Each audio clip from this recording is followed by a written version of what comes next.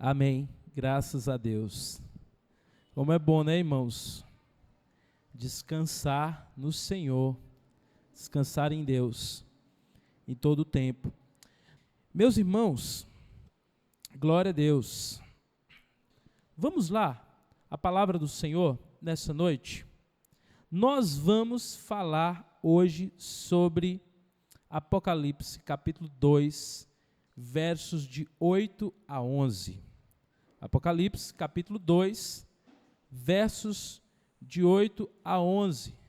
Vamos dar continuidade à nossa série sobre as cartas do Apocalipse, os capítulos de 1 a 3 de Apocalipse. Mas antes da leitura, eu queria contar uma história para os irmãos. Algo que aconteceu lá no ano de 155 depois de Cristo, na cidade de Esmirna. Veja, meus irmãos, eu quero que você imagine, naquela noite, naquele final de dia, as ruas estavam cheias de vozes exaltadas na cidade de Esmirna, uma cidade que fica hoje a atual Turquia, fazia parte do Império Romano. A multidão clamava por sangue, e estava ali no meio da praça um velho senhor chamado Policarpo. Ele era pastor da igreja naquela cidade, era um homem de Deus. Ele havia sido discípulo do apóstolo João, isso mesmo, o João que escreveu esta carta, o João que recebeu esta revelação dos céus, da parte de Jesus, enquanto ele estava na ilha de Patmos. O velho Policarpo havia sido preso aos 86 anos de idade. E ele foi arrastado para a praça da cidade, no anfiteatro romano. Ali estavam todas as autoridades da cidade. E o procônsul romano lhe deu uma chance de escapar da morte. Para que ele escapasse da morte, disse o procônsul, basta negar a Cristo e dizer: Cristo não é o Senhor, César é o Senhor. E foi ali que Policarpo, pastor daquela igreja, olhou com serenidade nos olhos daquela autoridade romana e respondeu: há 86 anos eu sirvo a Cristo, e Ele nunca me fez mal algum. Como posso blasfemar contra o rei que me salvou? Diante da recusa de Policarpo, o juiz ordenou que ele fosse queimado vivo diante de todos naquela cidade.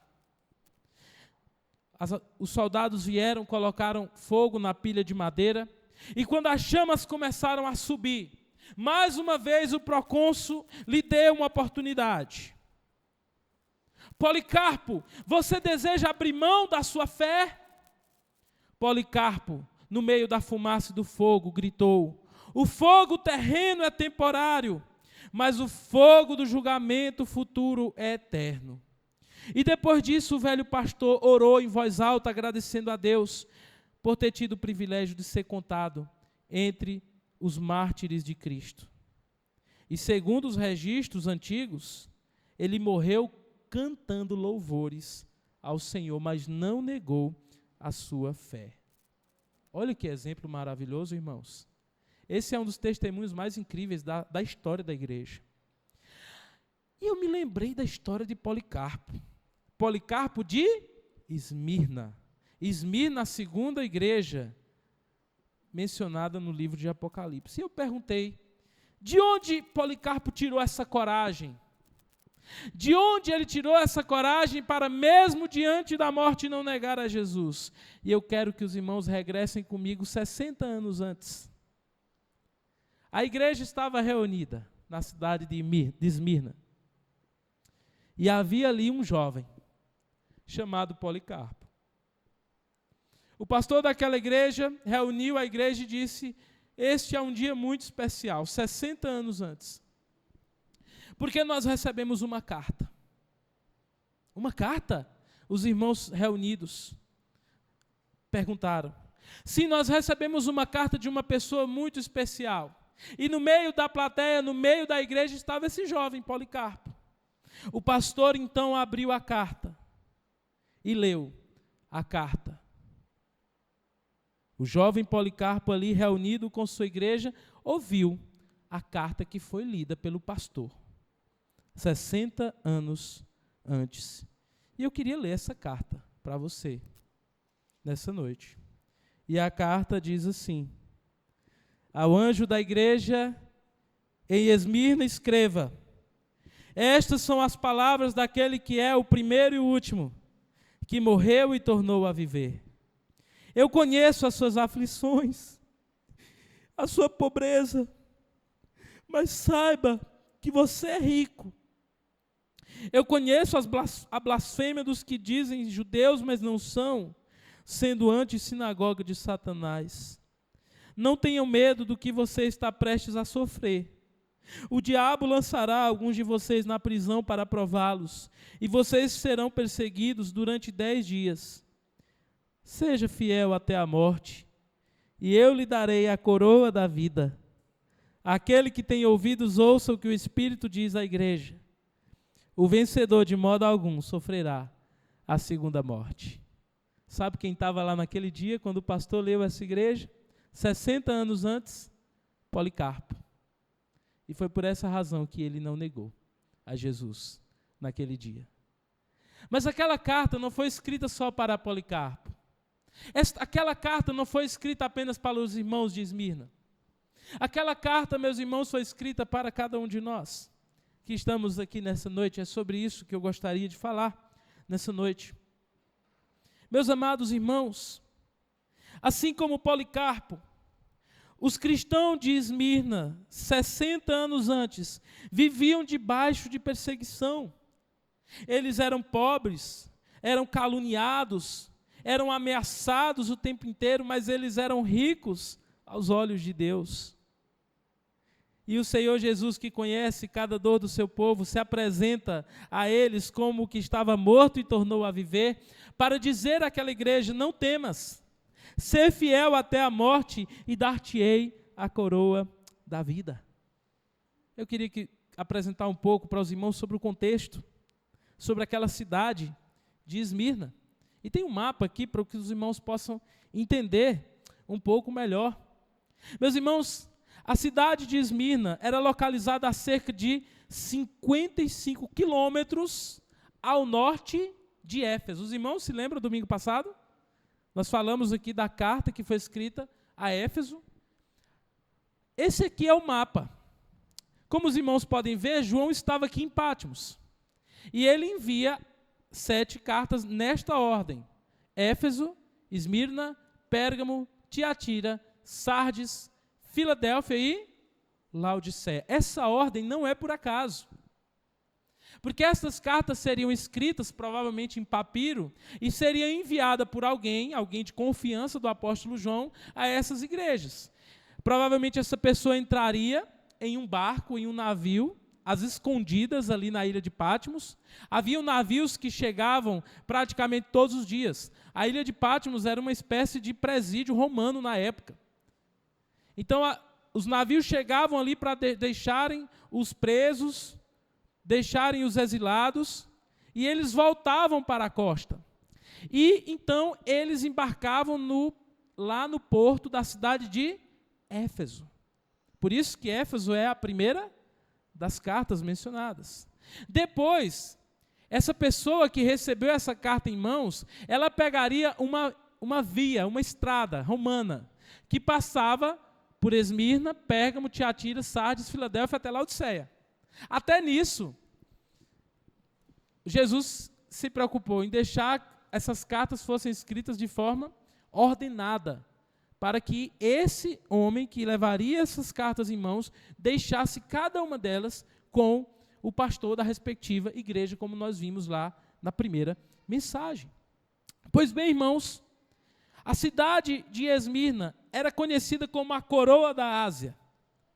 Ali naquela cidade havia um monte, e esse monte era chamado de Monte Pagos. E a cidade ela era situada em torno do monte, formando o formato de uma coroa. Por isso que ela era conhecida como a coroa da Ásia. E era uma cidade extremamente leal ao Império Romano. Para você ter uma ideia, foi uma das primeiras cidades a construir um templo ao imperador, lá em 195 antes de Cristo. Então, a adoração a César, ao imperador, era muito forte. E é por isso que essa igreja era uma igreja muito perseguida, sofria muito. Porque eles negavam adorar a César. Eles adoravam somente a Jesus. Essa lealdade política fazia da adoração ao imperador uma questão de cidadania. Quem recusava era considerado traidor. Ou seja, o culto imperial era obrigatório. E todos aqueles que se recusavam a adorar o imperador eram perseguidos e mortos. Quando nós lemos as 7 cartas de Apocalipse, de 1 a 3, nós vemos que a igreja de Esmirna era uma das 2 igrejas, junto com Filadélfia, que não recebe repreensão de Cristo. Ela não é repreendida por Cristo. Provavelmente, essa igreja foi formada no tempo do ministério de Paulo em Éfeso, lá em Atos capítulo 19, porque era uma cidade vizinha. Enquanto Paulo esteve ali, muito provavelmente o próprio Paulo, ou alguns dos seus discípulos, foram até a cidade de Esmirna, pregaram o evangelho e ali surgiu uma igreja. Meus irmãos, essa igreja experimentava pobreza, calúnia e prisão. Mas Cristo escreve uma carta para dizer: sejam fiéis até a morte. E nós podemos aprender algumas coisas nesse texto. A primeira coisa, está aí no versículo 8, é que Cristo se apresenta como o Senhor vitorioso sobre a morte. Eu vou repetir para você. Cristo é o Senhor vitorioso sobre a morte. Cristo venceu a morte. Amém? Você pode dizer isso junto comigo? Cristo venceu a morte. E é a primeira coisa que Jesus diz à igreja de Esmirna. Estas são as palavras daquele que é o primeiro e o último, que morreu, mas tornou a viver. Meus amados irmãos, Ele é o primeiro e o último. O que significa dizer que Ele é o primeiro e o último? Essa expressão é usada lá em Isaías, capítulo 44, versículo 6. E Isaías 48, versículo 12. E essa expressão ela é usada para se referir ao próprio Deus. É como se Jesus estivesse dizendo, e é interessante que alguns intérpretes do Novo Testamento vão dizer que César usava esse título para ele. Eu sou o primeiro e o último. Mas Jesus está mostrando que apenas o Senhor, Jesus, é o primeiro e o último. Ele é o Senhor da história, aquele que tem a última palavra.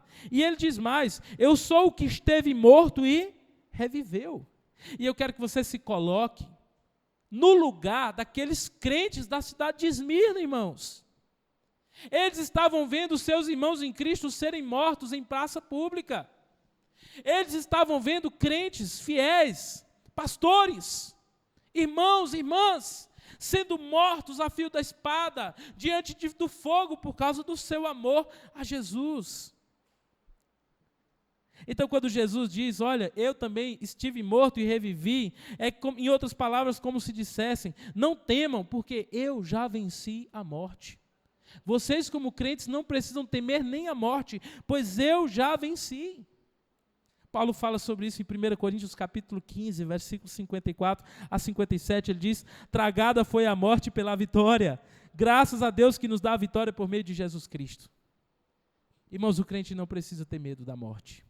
Eu sei que é meio clichê, mas essa é uma verdade bíblica. O crente não precisa ter medo da morte física.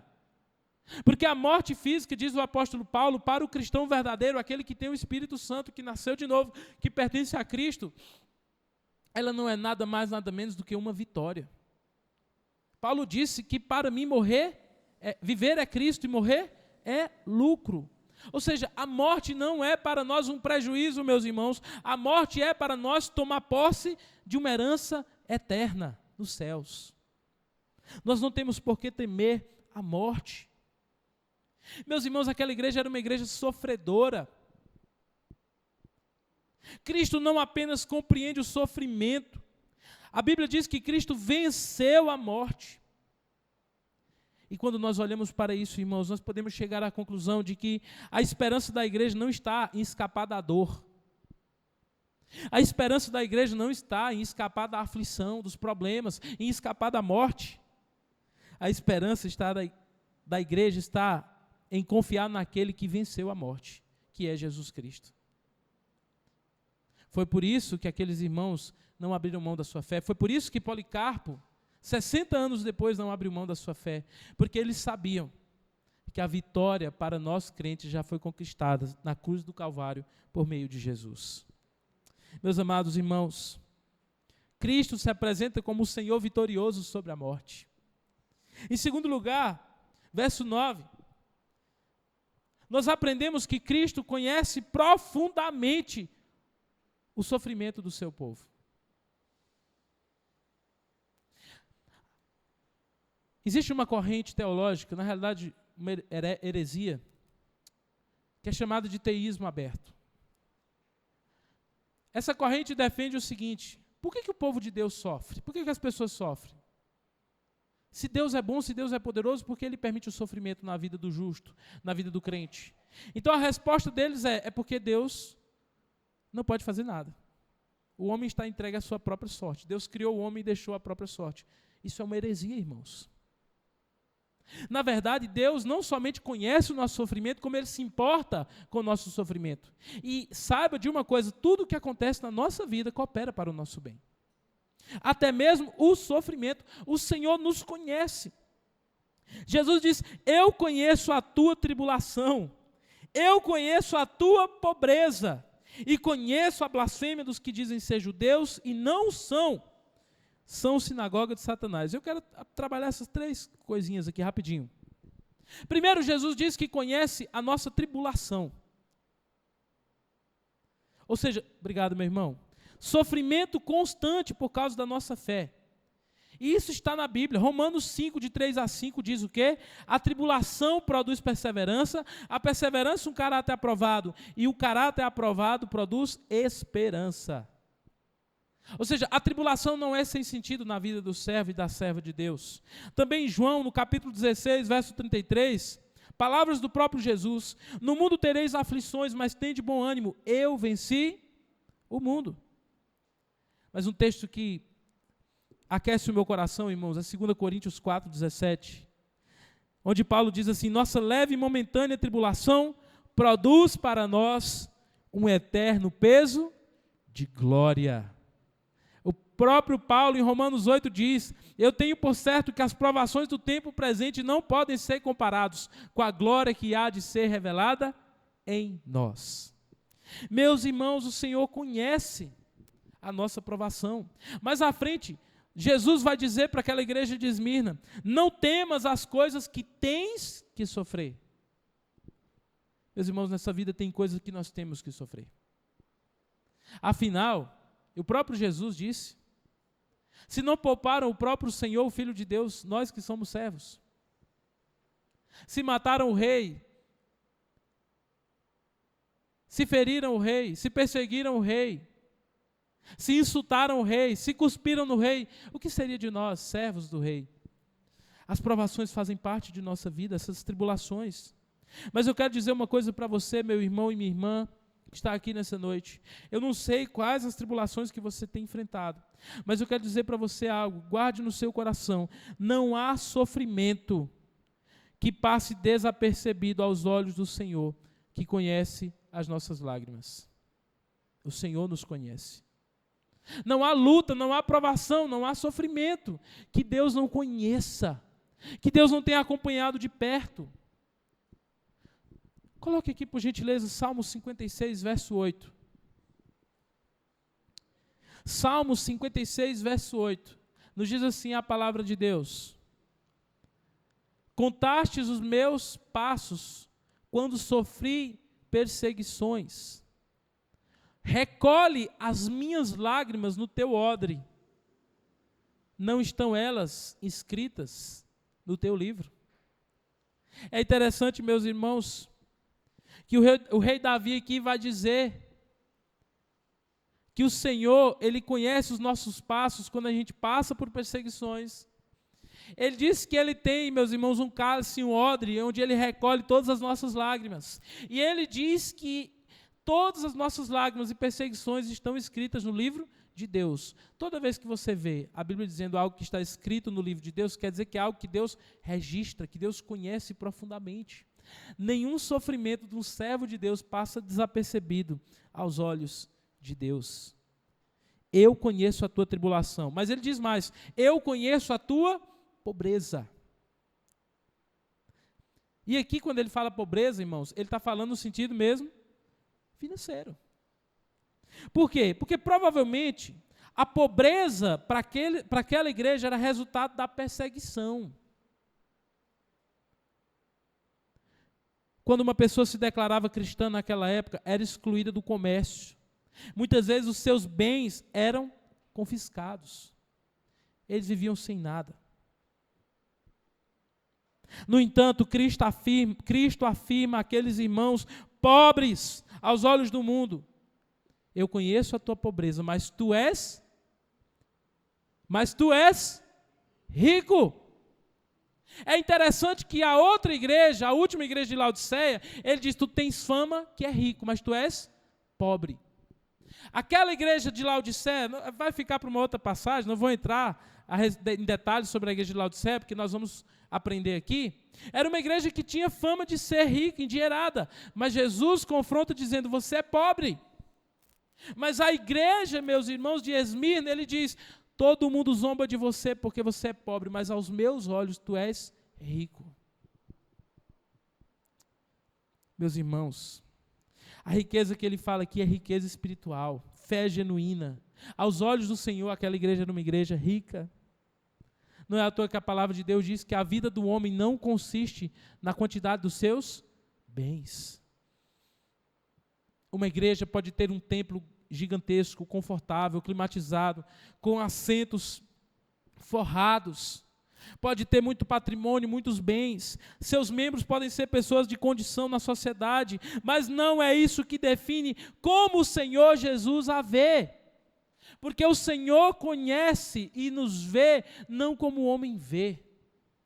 O homem vê o exterior, mas Deus vê o coração, e para aquela igreja Deus diz, eu conheço a tua pobreza, mas saiba de uma coisa, tu és rico. E aqui, meus irmãos, tem uma aplicação até para nós. Quantas vezes nesse mundo nós passamos por dificuldades financeiras, como aquela igreja de Esmirna? Quantas vezes a conta do mês não fecha? Quantas vezes nós vemos necessidades dos nossos filhos, da nossa família, e muitas vezes não temos condições? Quantas lutas, impostos altíssimos, contas a pagar, provações, problemas de saúde.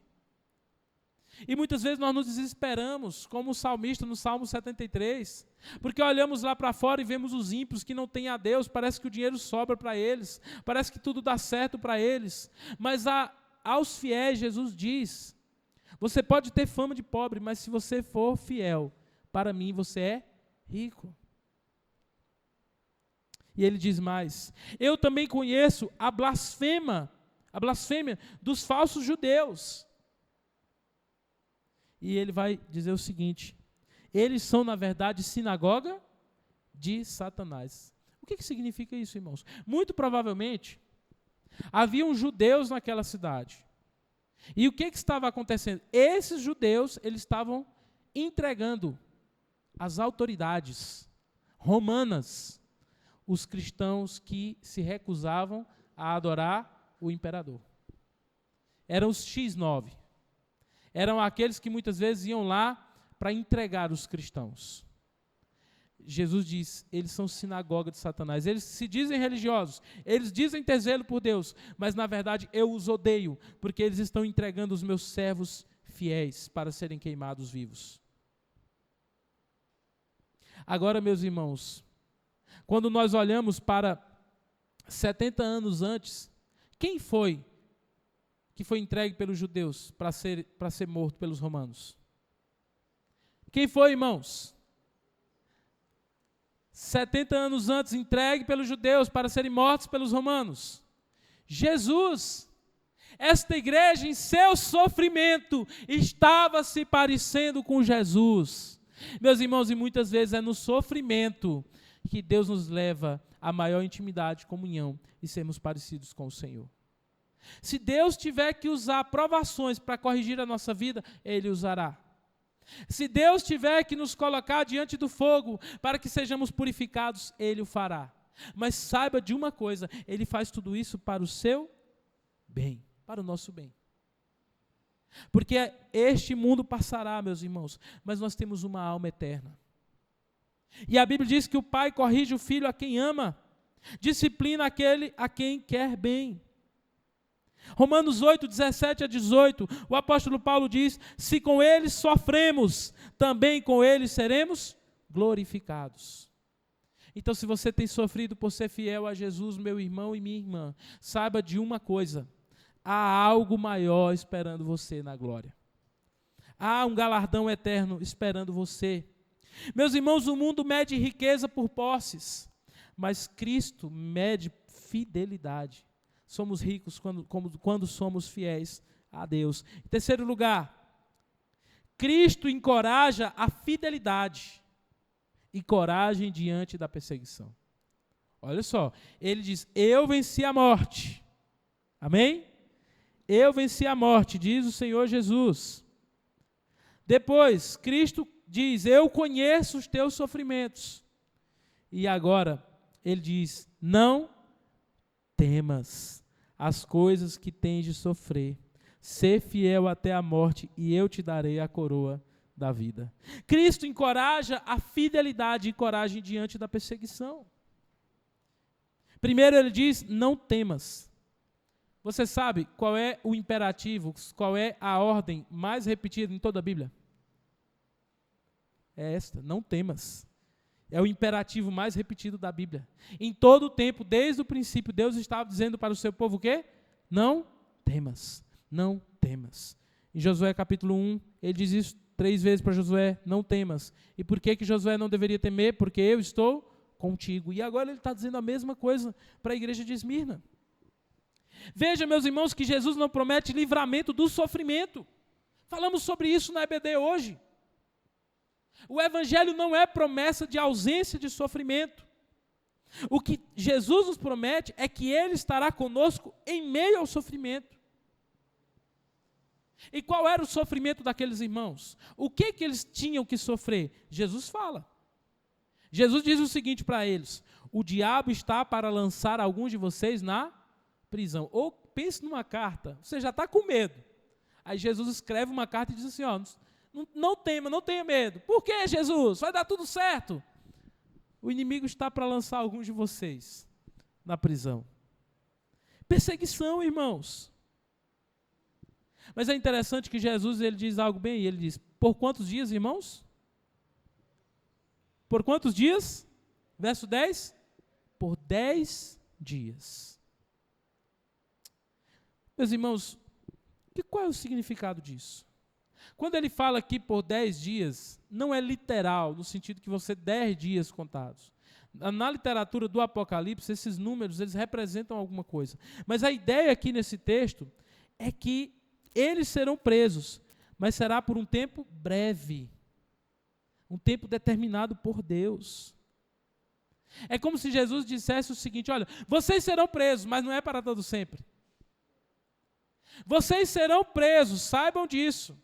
Mas saibam de uma coisa: a prisão que espera, que aguarda estes que prenderão vocês é muito maior, porque é uma prisão eterna. Vocês serão presos apenas por 10 dias, ou seja, apenas por um tempo. Porque é muito pior do que a prisão nesse mundo, muito pior do que uma condenação nesse mundo, é uma pessoa morrer sem Cristo, irmãos, e ser condenado para todo sempre. E ele diz: ser fiel até a morte. Mesmo que custe a vida, continuem sendo fiéis. E eu entregarei para vocês a coroa da vida. A coroa do quê, irmãos? Da vida. Podem colocar os versículos correspondentes aqui. Versículo 10. Meus irmãos, essa coroa da vida é a mesma coroa da vida que é mencionada por Tiago em capítulo 1, versículo 12. E lá em Tiago 1,12 ele diz que a coroa da vida será entregue àquele que permanece fiel nas provações. Essa ilustração, essa analogia vem da ideia de algo que acontecia muito na época do Império Romano. Havia uma coroa de louros que era entregue a um atleta nos Jogos Antigos, que depois de muito enfrentamento, ele era o que chegava lá no final, a linha de chegada, e ele vencia. Mesmo depois de muitas provações, de lutas, de dificuldades, ele conseguia chegar no final, e ele recebia uma coroa que era chamada de Estefanas. Era uma coroa de louros. Jesus está prometendo uma coroa àqueles que chegarem até o final. E aqui tem um ponto interessante, meus irmãos. E Policarpo entendia isso quando ele morreu por Cristo. E nós também devemos entender. Não adianta de nada passar a vida inteira na presença de Deus, se no final da nossa vida nós abrimos mão da nossa fé. Policarpo disse: por 86 anos eu servi ao Senhor, e Ele sempre foi fiel comigo. Será que nos últimos dias da minha vida eu iria abrir mão dEle? Porque a vida cristã não é sobre como a gente começa. A vida cristã é sobre como a gente termina. Você pode ter ido bem. A vida cristã não é 100 metros rasos. A vida cristã é uma maratona. E numa maratona não adianta você ir bem apenas no início. É necessário ter constância, é necessário ir até o fim, é necessário passar pela linha de chegada para receber a coroa. Nós poderemos ter sido crentes por 10, 20, 30, 40, 50, ou no caso de Policarpo, por mais de 70 anos. Mas se em algum momento nós abrimos mão da nossa fé, nós não receberemos a coroa da vida. Porque a vida cristã é sobre como a gente termina. E Jesus diz: ser fiel até a morte, ou seja, até o final. E aqui tem um ponto interessante. Jesus apresenta a morte como sendo a linha de chegada para nós. Às vezes a gente pensa que quando nós vemos uma pessoa morrer, a gente diz assim: mas fulano tinha a vida inteira pela frente. A gente vê um servo de Deus morrer, a gente diz: fulano tinha tanto estudo, tanto trabalho, tinha família, tinha isso, tinha aquilo para conquistar.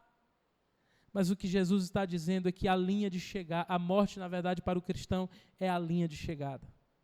É quando ele recebe da mão do próprio Jesus uma coroa da vida, quando ele é vitorioso. Meus amados irmãos, a morte é uma vitória para nós. A fidelidade cristã não se mede pela ausência de dor, mas pela perseverança, sobre pressão, sobre dificuldade. Os que permanecem fiéis não perdem nada eterno. Mesmo que percam tudo que é terreno, eles não perdem aquilo que tem de mais importante. Saiba de uma coisa, meu irmão: se você perder tudo nessa vida e manter Jesus, você não terá perdido nada. Mas se você ganhar tudo nessa vida e perder a Jesus, você terá perdido tudo. É isso que nos ensina a palavra de Deus. É isso que nos ensina. Em quarto lugar, no verso 11, o último versículo, Jesus diz àqueles irmãos: aquele que tem ouvido, ouça o que o Espírito diz às igrejas. E aqui é interessante. Até aqui ele estava no singular, agora ele fala no plural. É como se o Espírito Santo de Deus quisesse nos mostrar que essa carta não é somente para a igreja de Esmirna, que está debaixo do sofrimento e perseguição do Império Romano. Essa carta também é para nós hoje. Quem tem ouvidos, ouça o que o Espírito diz às igrejas: o vencedor de modo algum sofrerá o dano da segunda morte. Preste atenção, irmãos. Quem tem ouvidos? Quem tem ouvido aqui, levante sua mão. Você tem ouvido? Glória a Deus, meu irmão. Você tem ouvido. Eu também tenho ouvido. Então essa mensagem é para nós, né, irmã Jamai? Nós temos ouvidos, graças a Deus. Então Jesus está dizendo: se você tem ouvido, preste atenção no que eu vou falar. O vencedor, ou seja, aquele que no último momento da sua vida estiver firme em Jesus. Aquele que persevera na fé até o fim. Jesus diz, não sofrerá o dano da segunda morte. Opa, que isso? Qual o significado disso, pastor? É porque tem duas mortes. A primeira morte é a morte física. Então veja, ele não diz que o crente não passa pela primeira morte. O crente passa. A primeira morte é quando você morre. É a separação do corpo e da alma. A primeira morte. Por causa do pecado, todos os seres humanos passarão pela primeira morte, a não ser aqueles que estiverem vivos quando Jesus voltar. Mas todos passarão. Inclusive aqueles irmãos que estavam ali em Esmirna, Policarpo, tantos outros que morreram ali, eles sofreram o dano da primeira morte, mas Jesus está dizendo, irmãos, fiquem tranquilos, porque essa segunda morte é a morte eterna. E o que é uma morte eterna? É você passar pela primeira morte sem ter Jesus na sua vida. É você passar pela primeira morte sem ter Cristo como Senhor da sua vida. Essa é a morte eterna. Porque a Bíblia diz que, está lá em João capítulo 3, versículo 17, quem nele crê já está salvo, mas quem não crê já está condenado, porquanto não crê no nome do Filho de Deus. Aquele que está em Cristo pode morrer uma vez, mas nunca morrerá para sempre. Porque João 11, 25 a 26, Jesus falou, eu sou a ressurreição e a vida, aquele que crê em mim, ainda que morra, viverá. Pois sendo assim, irmãos, o cristão pode enfrentar a morte sem medo, porque Cristo já enfrentou e venceu a morte por nós. A vida eterna é a certeza que sustenta todos aqueles que sofrem. A vida eterna é a certeza que sustenta todos aqueles que passam por calamidades e não perdem a sua fé. Nós sabemos e confiamos no que diz a palavra de Deus. Em Romanos 8, 35 a 39, quem nos separará? Quem nos separará do amor de Deus que está em Cristo? Será que a morte pode nos separar do amor de Deus que está em Cristo? Ele diz lá, nem morte. A morte não pode nos separar do amor de Deus que está em Cristo. A única coisa que pode nos separar do amor de Deus que está em Cristo é uma vida sem Cristo. Viver sem Cristo deve ser o nosso maior temor. A morte não deve ser um temor. As provações não devem ser um temor. Então Jesus diz àquela igreja, continuem sendo fiéis até a morte. E o vencedor de modo algum sofrerá a condenação. Amém, irmãos? Nós devemos continuar firmes e fiéis olhando para o Senhor. Autor e consumador da nossa fé é Jesus Cristo. Veja que o próprio Jesus diz, eu venci a morte. Ele venceu a morte, irmãos. Jesus morreu naquela cruz, ele morreu a nossa morte. Mas a Bíblia diz que ao terceiro dia, a morte não foi capaz de reter o autor da vida. A Bíblia diz que Jesus, ao terceiro dia, ressuscitou.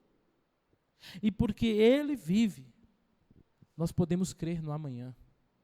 Porque ele vive, nós podemos levantar a cabeça e olhar, mesmo diante da névoa das provações e dificuldades desse mundo, nós podemos olhar para uma luz que brilha lá no final. E essa luz se chama vida eterna.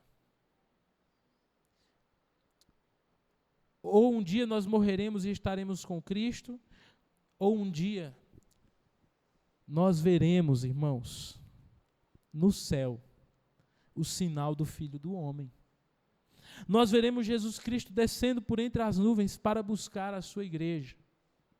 Naquele dia, os que morreram, e é isso que Jesus está lembrando para Esmirna, os que morreram em Cristo ressuscitarão. Nós seremos chamados pelo nome. Quão maravilhoso será aquele dia, irmãos. Quantos de nós ouviremos a voz do Senhor que diz, vinde a mim, servo bom e fiel.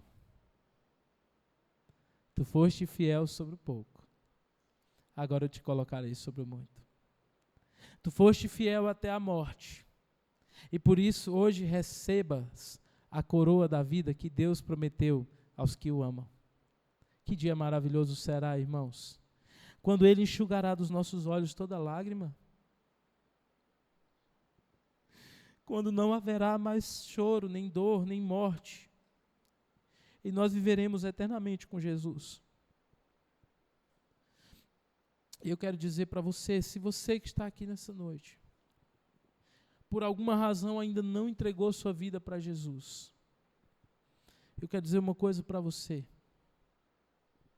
Não perca a oportunidade.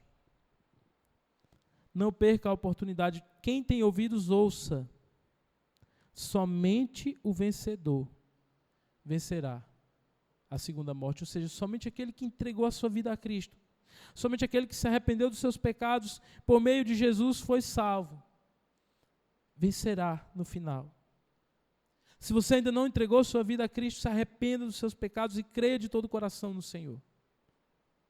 Mas essa mensagem também é para nós, porque essa mensagem não foi escrita para pessoas que não conhecem a Deus, foi escrita para uma igreja. E o Senhor Jesus diz para essa igreja nessa noite, o Senhor Jesus diz para essa igreja essa noite, o vencedor, de modo algum, sofrerá a segunda morte. O Senhor diz, seja Primeira Igreja Batista em Bom Jesus, ou você que serve a Deus está aqui nessa noite, o Senhor diz, seja fiel até a morte, e eu lhe darei a coroa da vida. Até lá, nós somos chamados a sermos fiéis, a seguir o Senhor. Algumas aplicações práticas para nós, como igreja. Primeiro eu gostaria de dizer para você, meu irmão e minha irmã, que se tem uma coisa que Cristo valoriza, é ver a fidelidade da sua igreja em meio às provações. Mesmo quando o mundo ignora, despreza, muitas vezes até família, irmãos, talvez muitos não percebam as dores e lutas que você enfrenta, mas esse texto nos lembra que o Senhor conhece cada sofrimento. E o Senhor valoriza a fidelidade em meio à dor. A provação não é para que você se afaste de Deus, a provação é para que você se aproxime dEle.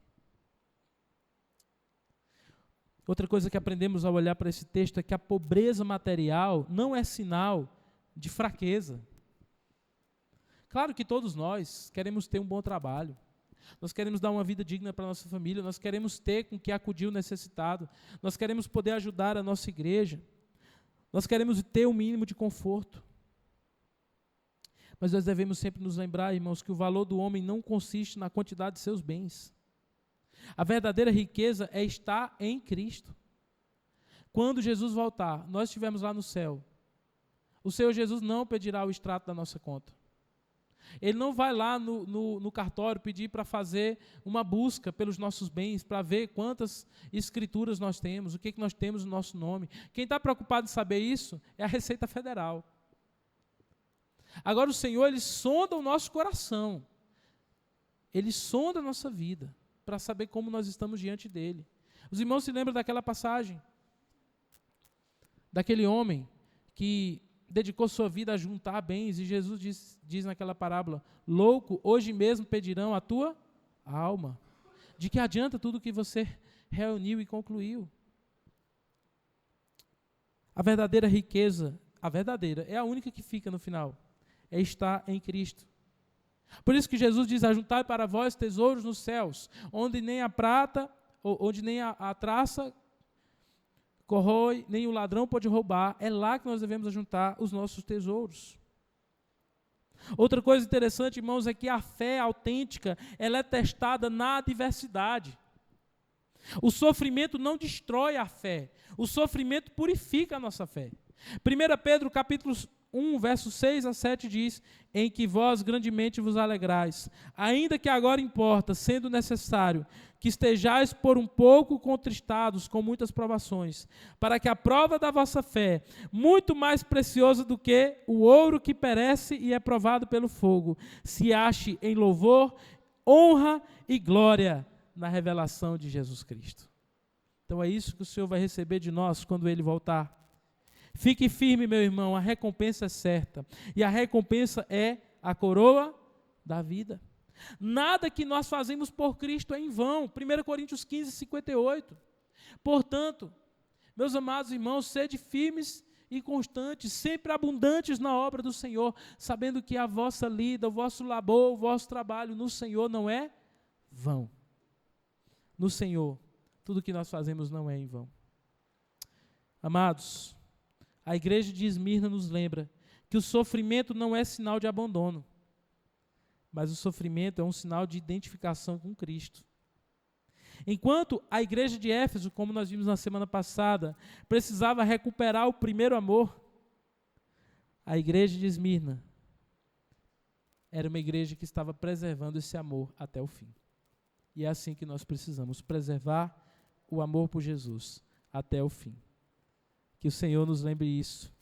Feche seus olhos. Ser fiel até a morte, e te darei a coroa da vida. Oremos. Senhor, nós te agradecemos por essa noite. E louvamos a Deus pelo testemunho desta igreja. A igreja de Esmirna. Obrigado, Senhor. Obrigado por esse testemunho tão precioso. E que nós também sejamos tocados por esse testemunho. E que nós possamos nos manter fiéis. Fiéis até a morte. Que o Senhor nos ajude, meu Deus. Meu Deus, que o Senhor restaure em nós esse amor por Jesus. Um amor que não valoriza nem sequer a sua própria vida por amor a Jesus. Que nós sejamos encontrados fiéis e que naquele grande dia, Deus, possamos tomar parte da herança prometida por Deus para nós. Ó Deus, abençoe cada pessoa, cada irmão, irmã, cada pessoa que está aqui nessa noite e que a palavra do Senhor possa estar sendo gravada em nossos corações e que possamos nos lembrar que a vida cristã não é sobre como começa, mas é sobre como termina. Esta é a nossa oração em nome de Jesus. Amém? Amém. Glória a Deus, que Deus nos faça lembrar dessa palavra, né?